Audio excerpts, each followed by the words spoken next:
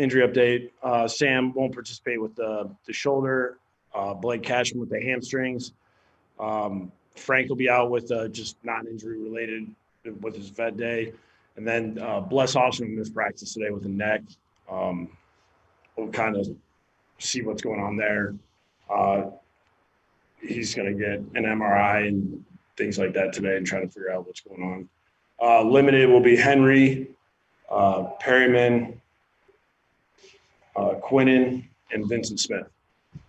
So with that, whatever questions you guys have. Where does if Bless can't go, Adam? It's Thursday. Where does that leave you at cornerback? Obviously, you just moved on from Desir.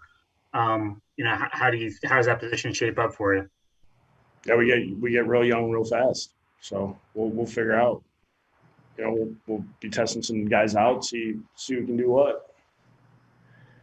Just a point of clarification on Bless's injury. Did that happen yesterday in practice? Yeah, I'm not really sure. I guess. We weren't in pads, so I'm not really sure what happened. If they just told me this morning that was something was going on with his neck.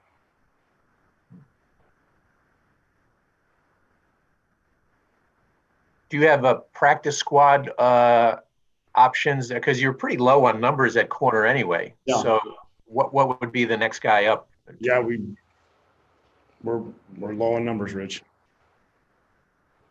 I have to move some guys around. I have to play some safeties out there. Any thought of bringing Desir back?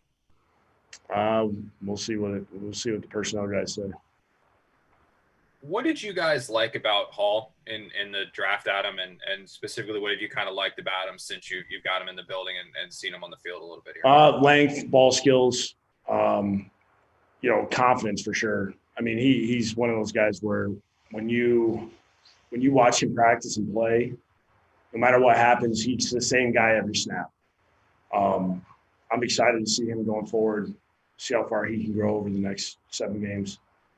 When you were evaluating him, did you see him as a guy who had starting potential? Because I know a lot of people thought he could be first, second-round pick if it wasn't for that injury. Yeah, that was a big conversation. I remember when we took him, guys were excited.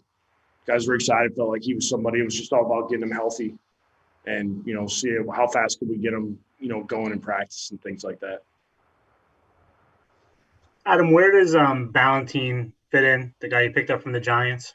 Yeah, really trying to get him caught up to speed. We saw him as somebody that could maybe contribute on special teams, quickly. We might need him to learn corner a little quicker. But that's kind of where we saw it as a starting point. A guy, skilled defensive position, being able to help on special teams. It's just we're always looking for guys like that. What happened with Poole, Adam? Because it seemed like when you spoke last week, you were kind of optimistic there wasn't structural damage. Then he goes on IR. Yeah, I guess the decision was made for him to have surgery. On his knee? No, on his shoulder. On his shoulder. Oh, shoulder surgery. Was he done for the year then? Yeah. Yep. Do you see using Ashton at corner, or you need him right now at safety? It's been brought up before, of possibly throwing him out there. I think right now it's all hands on deck. I think we'll try to keep him and Marcus back there as much as we possibly can. I have that a lot to have to happen for him to go play corner.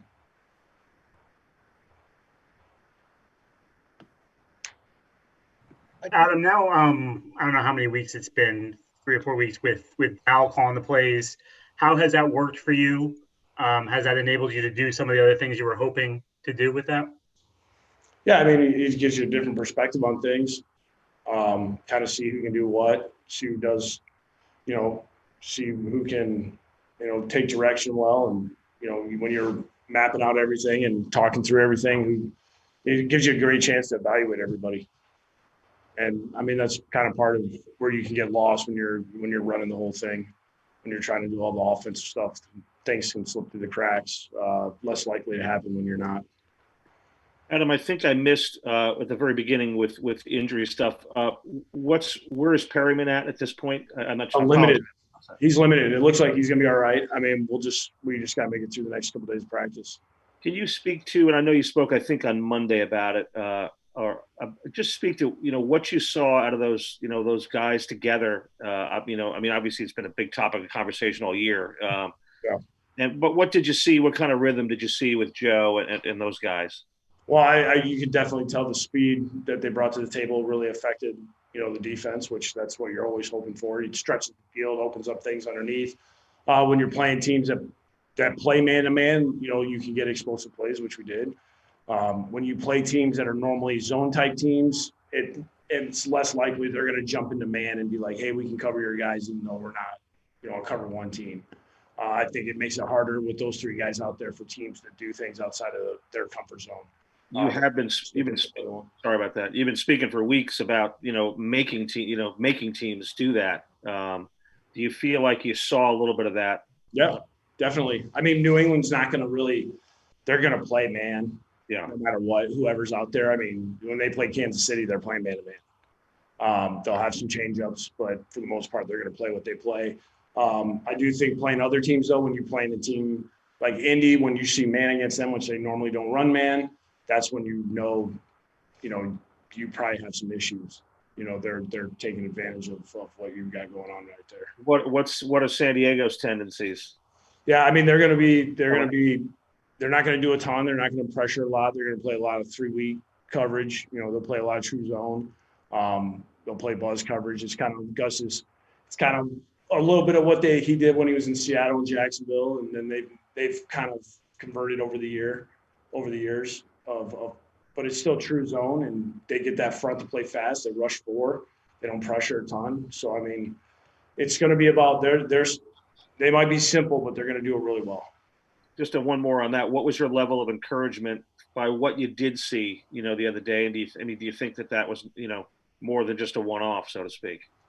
Yeah, I mean, I'm excited to keep building with these guys and keep these guys rolling and healthy and see what we can do. I mean, I want to see if Joe gains some chemistry with these 3 guys and we can, keep some explosive plays on the table. I mean, that's really the thing. If we can stretch the field, hit some explosive plays, and then get underneath and then run the football, it's now all of a sudden you're becoming a full, giving the defense a full plate of stuff to worry about. Adam, how did you sense your group came back from the bye? I mean, do they put 0-9 behind them, hungry for the win, or upset because of how the last one ended? Yeah, I mean, it just seemed like yesterday there was positive energy at practice. Guys were flying around. Guys were trying to, find ways to get better. I mean, the weather was, I think that was our first kind of hit where we're, a little chillier than what we had experienced before. But, I thought guys did a good job of making sure we went out there and got something accomplished and found ways to get better. I mean, today will be another day where we can do some third down stuff, more passing game and red zones type of things where, guys, as the week goes on, you can tell they get going and excited for the game. You've had enough of a sample size with Joe at quarterback. Many of us kind of wondered what he would have left, obviously coming off this, this significant injury last year. What do you think you've seen that he has left here? Because I know he's been, he talked before the season that, he still wants to play and beyond this year. Yeah, I mean, he looked pretty good to me the other night when he played on Monday night. I mean, you could tell, that being his third game that he's got to start, I felt like he was real comfortable and he did a good job of going where the ball needed to go, and he made some really good throws. I mean, there was a couple of those throws that were special. I think every game that he plays, it's more experience under his belt in this system. And, I just expect Joe to find ways to get better every week. And I'm excited to see him play this week. Since the youth movement seems to be kind of a theme, I want to ask you about James Morgan. And do you envision a scenario where he could be a number 2 for a game? I mean, how close is he to be? I think we're a ways off from that. So he's just. I mean, to me, Rich, that would be tough for me to put him in that position, considering he hasn't had, preseason games, reps with those groups. I mean, that's not something you want to do. Mm-hmm. Okay. We'll take a few more for Coach. Adam, just looking at this, your secondary, I mean, you potentially have Hall, Lamar Jackson, or Guidry at the other side, and Ashton at safety. I mean, 3 rookies in a secondary. How scary is that for a coach? Let's go, man. I mean, got Keenan Allen, Mike Williams, and Hunter Henry to worry about. We'll be good to go.